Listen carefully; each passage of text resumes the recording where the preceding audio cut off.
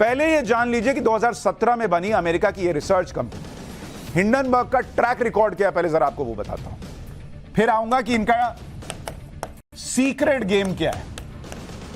Hindenburg का record देखिए, ये क्या खेल करते हैं अभी वो बताऊंगा। करीब 20 फर्म को ये टारगेट कर चुके हैं हिंडनबर्ग में, और उस 20 में से सिर्फ 2 कंपनी ने मानहानि का केस किया। अब आप कहेंगे बॉस इसका मतलब इनका ट्रैक रिकॉर्ड बहुत अच्छा होगा इसलिए बाकी 18 ने नहीं किया।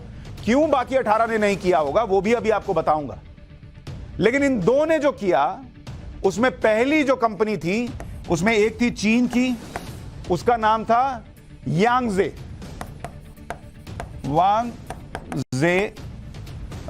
रिवर पोर्ट एंड लॉजिस्टिक्स वगैरह कर, और जो दूसरी कंपनी है उसका नाम है एरोस इंटरनेशनल।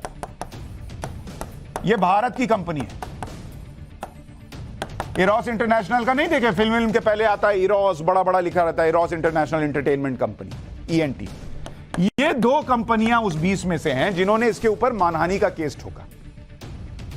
लेकिन जब आप ये सुनेंगे कि ये मानहानि के केस में हुआ क्या और उसकी बारीकियां आपको समझाऊंगा, तब आपको समझ में आएगा कि हिंडनबर्ग क्यों चाहता है कि अडानी ग्रुप अमेरिका में केस करे उसके ऊपर और कहां खेल करता है। पहले आपको चीन की रियल एस्टेट कंपनी के केस के बारे में बताता हूं। साल 2018 में हिंडनबर्ग ने चीन की रियल एस्टेट कंपनी यांगजे के खिलाफ एक रिपोर्ट जारी की, ठीक वैसे ही जैसे अडानी ग्रुप के खिलाफ जारी की। रिपोर्ट में कहा गया कि यह कंपनी केवल पैसे ट्रांसफर करने के लिए बनी है, जो अमेरिका के निवेशकों का पैसा कंपनी के चेयरमैन और उसके शेयर होल्डर्स को ट्रांसफर करती है। इस रिपोर्ट के जारी होने के बाद चीन की कंपनी ने यांगजे ने हिंडनबर्ग के फाउंडर नाथन एंडरसन और उनकी सहायक कंपनी क्लैरिटी स्प्रिंग INC के खिलाफ अमेरिका की अदालत में मानहानि का केस कर दिया। साल 2019 में इस केस का फैसला आया। अमेरिका की अदालत ने केस को खारिज कर दिया। अब आप कहेंगे ये तो इसलिए खारिज किया होगा कि हिंडनबर्ग की रिपोर्ट सही रही होगी। नहीं बॉस, यहीं पर खेल है जो अभी आपको बताएगा कि अडानी ग्रुप के साथ क्या हो रहा है। हिंडनबर्ग के खिलाफ चीन की कंपनी का केस अमेरिका की अदालतों में क्यों खारिज हो गया, यह इस केस के बारे में जानने का सबसे अहम हिस्सा है। अमेरिकी अदालत ने अपने फैसले में कहा कि यह सिर्फ रिपोर्ट हिंडनबर्ग का ओपिनियन है जो कि अमेरिकी कोर्ट में संवैधानिक है। मतलब उसने कोर्ट के अंदर यह साबित कर दिया हिंडनबर्ग ने कि मैंने तो सिर्फ अपनी राय रखी है इस केस के, इस कंपनी के बारे में। कैसे साबित कर दिया और वही खेल कैसे अडानी के साथ कर रहा है अभी आगे बताऊंगा। हिंडनबर्ग की ने रिपोर्ट की शुरुआत में ही खुलासे से जुड़े डिस्क्लेमर जारी किए थे, ये कोर्ट ने कहा, तो डिस्क्लेमर लगा दिया तो मामला सेट हो गया। पूरी रिपोर्ट में हिंडनबर्ग ने वी थिंक या वी बिलीव जैसे शब्दों का प्रयोग किया जो एक विचार है, न कि कोई फैसला। अदालत ने अपने फैसले में कहा कि हिंडनबर्ग की रिपोर्ट एक फाइनेंशियल कमेंट्री से ज्यादा कुछ नहीं, जो पब्लिकली अवेलेबल सूचना पर आधारित है। चीन की कंपनी के मानहानि केस से हिंडनबर्ग तो बच गया, लेकिन हिंडनबर्ग की रिपोर्ट से चीन की company Yangtze river port and logistics limited बर्बाद हो गई। यांगजे पर हिंडनबर्ग की रिपोर्ट 6 दिसंबर 2018 को आई। तब शेयर के दाम थे $8.28। 15 फरवरी 2018 आते आते शेयर के दाम जो है $0.40 पर आ गए 2019 में, और उसके बाद अभी 6 फरवरी 2022 तक शेयर के दाम जो है वो $0.00020 पर आ गए। तो हिंडनबर्ग ने पैसे भी कमाए, वो बच भी गया मानहानि के केस से, लेकिन ये कंपनी बर्बाद हो गई। हिंडनबर्ग के खिलाफ एक और केस के बारे में सुनिए, वहां भी खेल सेम पैटर्न से हुआ। यह केस भारतीय एंटरटेनमेंट कंपनी इरोस एंटरटेनमेंट से जुड़ा हुआ है। 7 जून 2019 को हिंडनबर्ग ने ऐसे ही इरोस कंपनी पर अकाउंट्स में गड़बड़ी के आरोप लगाए थे। इरोस कंपनी ने भी अमेरिकी कोर्ट में हिंडनबर्ग पर मानहानि का केस किया। अमेरिकी कोर्ट में इरोस कंपनी ने आरोप लगाया कि हिंडनबर्ग और उसकी सहायक कंपनी ने साजिश करके उसके शेयर के दाम गिरा दिए। इरोस कंपनी ने आरोप लगाया कि हिंडनबर्ग की रिपोर्ट के पीछे उसके व्यापारिक दुश्मन हैं जो इरोस कंपनी के खिलाफ गलत जानकारी फैला रहे हैं, लेकिन अमेरिकी कोर्ट में हिंडनबर्ग की फिर से जीत हुई। अमेरिकी कोर्ट ने फिर एक बार कहा कि यह हिंडनबर्ग का सिर्फ ओपिनियन मात्र है, कोर्ट ने यहां तक कह दिया कि कोई भी तार्किक रीडर को समझ में आएगा कि हिंडनबर्ग ने खबरों के आधार पर अपना ओपिनियन दिया है। अब आपको खेल समझ में आ रहा है। एरोस इंटरनेशनल के मानहानि केस से हिंडनबर्ग तो बच गया, लेकिन एरोस इंटरनेशनल को भी इसका नुकसान हुआ। जब रिपोर्ट आई उस वक्त एरोस इंटरनेशनल के शेयर 45 रुपए 50 पैसे पर थे। 9 अगस्त 2019 को शेयर के दाम गिर के 9.5 रुपए पर आ गए। हालांकि फिर एरोस ने रिकवरी की और 6 फरवरी 2023 तक शेयर के दाम 29 रुपए 30 पैसे पर थे, यानी आज के डेट में।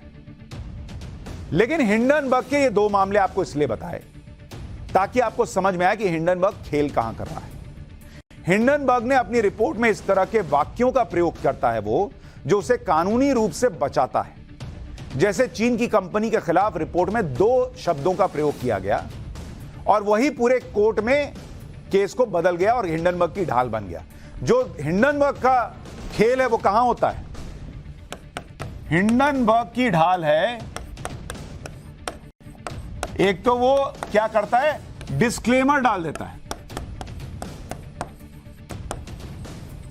यानी वो पहले ही कह देता है कि भैया ये रिपोर्ट जो है इसको लेकर मैं जो है खेद जता रहा हूं, डिस्क्लेमर डाल दे रहा हूं कि इसमें कुछ ऊपर नीचे हो सकता है। लेकिन वो 2 शब्दों का इस्तेमाल करता है, एक है वी थिंक, यानी हम ऐसा सोचते हैं, और दूसरा जो शब्द वो इस्तेमाल करता है वो करता है वी बिलीव, यानी हम ऐसा मानते हैं, यानी हमें ऐसा लगता है, हमें ऐसा भरोसा है। और यही खेल हो जाता है।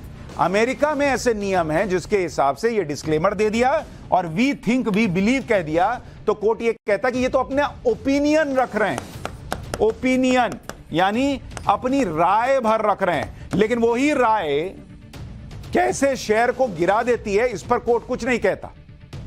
भाई ये वैसे जैसे कोई कह दे कि भाई मैं डिस्क्लेमर दे रहा हूं, वी थिंक कि चूंकि हिंडनबर्ग पर केस चल रहा है तो हिंडनबर्ग जो है वो एक फ्रॉड कंपनी, या वी बिलीव कि हिंडनबर्ग एक फ्रॉड कंपनी हो गया।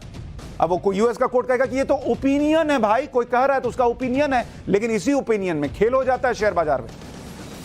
इसी तरह अडानी ग्रुप के खिलाफ रिपोर्ट में भी हिंडनबर्ग ने यही खेल किया है। अब मैं आपको जरा तस्वीर दिखाता हूं कि अडानी ग्रुप की रिपोर्ट में इसने खेल क्या किया। जरा यहां जूम करके दिखाइए। ये वो रिपोर्ट है जो कि अडानी ग्रुप को लेकर हिंडनबर्ग ने दी है। देखिए, we believe the Adani group has been able to operate a large flagrant fraud in broad daylight. We believe. इसी तरह से हिंडनबर्ग ने अपनी इस रिपोर्ट में 9 जगह वी बिलीव शब्द का इस्तेमाल किया, यानी हम ऐसा मानते हैं, हम ऐसा भरोसा करते हैं कि अडानी ग्रुप ने फ्रॉड किया है। और इसीलिए वो चैलेंज दे रहा है अडानी ग्रुप को कि आइए अमेरिका की केस में, अमेरिका की कोर्ट में, क्योंकि उसको पता है अमेरिका की कोर्ट में ये वी बिलीव वाला खेल चल जाएगा। बॉस इतना ईमानदारी से किए हो तो वी बिलीव वी थिंक क्या लगा रहे हो? हटाओ, सीना ठोक के बात करो। अमेरिकी कानून के जानकार बताते हैं कि अमेरिका के ज्यादातर कोर्ट में पब्लिक ट्रेडेड कंपनियों के फाइनेंशियल एनालिसिस को ओपिनियन मानकर उसे कानूनी संरक्षण दिया जाता है। किसी भी फाइनेंशियल केस में अमेरिकी कोर्ट ज्यादातर यही देखते हैं कि क्लेम किया गया स्टेटमेंट सही है या गलत, और सबसे अहम कि उसका संदर्भ क्या है। किसी कंपनी के फाइनेंशियल एनालिसिस को प्योर ओपिनियन माना जाता है। यही वजह है कि हिंडनबर्ग अडानी ग्रुप को भी अमेरिका में आकर केस करने की चुनौती दे रहा है, क्योंकि वो जानता है कि अमेरिका के कानून में ऐसे प्रावधान हैं जिससे वो बड़ी आसानी से किसी को बदनाम करके भी बच निकल सकता है। हिंडनबर्ग के पास अपने ही समर्थन में आए अमेरिकी कोर्ट के 2 ऐसे जजमेंट हैं जो काफी लेटेस्ट हैं और जिसके दम पर हिंडनबर्ग के खिलाफ कोर्ट में केस टिकना मुश्किल है। अगर हिंडनबर्ग इतना ईमानदार है, फैक्ट्स पे बात कर रहा है, तो अपनी रिपोर्ट में वी बिलीव वी थिंक हटाकर दिखाए। एक चैलेंज हमारा भी तो ले।